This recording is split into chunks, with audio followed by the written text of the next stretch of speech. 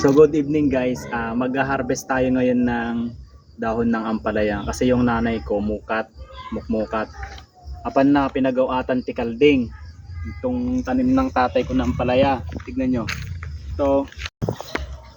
So yun na nga, ayun, namatay na. Nalantaan na yung isang puno ng ampalaya ng tatay ko kasi kinain ng kambing pinagawatan ng nanay ko. So kukunin na lang natin to.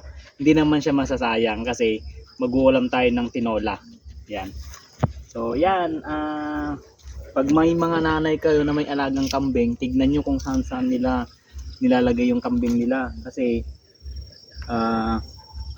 sayang naman yung mga tanim. Ang dami pa naman bunga na ito guys. Kasi yung nanay ko mukat eh. Yan. Oh. Kunin na lang natin. Isang puno to pero ang daming bunga. Diba? Nalanta na siya guys. So ito, nalanta na yung dahon. Dahil kay nanay, mag-uulam tayo ng ampalaya. Sarap ang ampalaya ni tatay. Dahil kay nanay. Yun yung aso namin guys. Si Coco. Si Coco. Si Olaf. Si Coco yan. Yung dati ko. At andun yung cellphone ni mama guys kasi nagta-timelapse ako. May upload ko sa TikTok account ko. Mahirap to kunin guys kasi may mga ibang puno pa na naghalo-halo. Kaya hindi nga natin kunin. Tama. O diba? Ang laki pa naman ng puno nito. Sayang. Sayang ang ampalaya. O diba? May mga sanga-sanga pa to.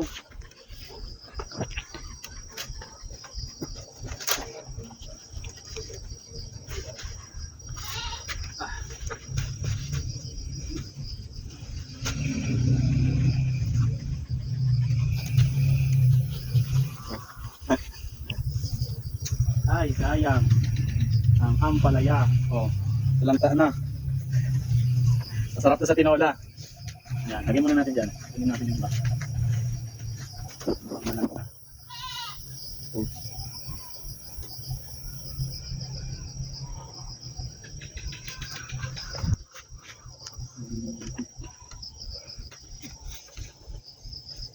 Oh, sayang. Oh. So yun lang guys, maraming salamat dahil kay nanay mag-uulam tayo ng tinola with ampalaya. Thank you na. So eto na yun guys. Pag binili mo to sa palengke, 50 pesos na to. Dito sa bahay, libre lang. Ipakan mo lang tikalding gipuon na ando palaya nga si Daumon. Diba? So thank you so much kay nanay dahil sa'yo mag-uulam tayo ng tinolang with ampalaya. May mga bunga pa to guys. Oh. Yan, isa. Dalawa. Tatlo. Ayan. Hindi na naantay lumaki kasi nga kinain ng kambing yung puno. Kaya nalanta. O, di ba?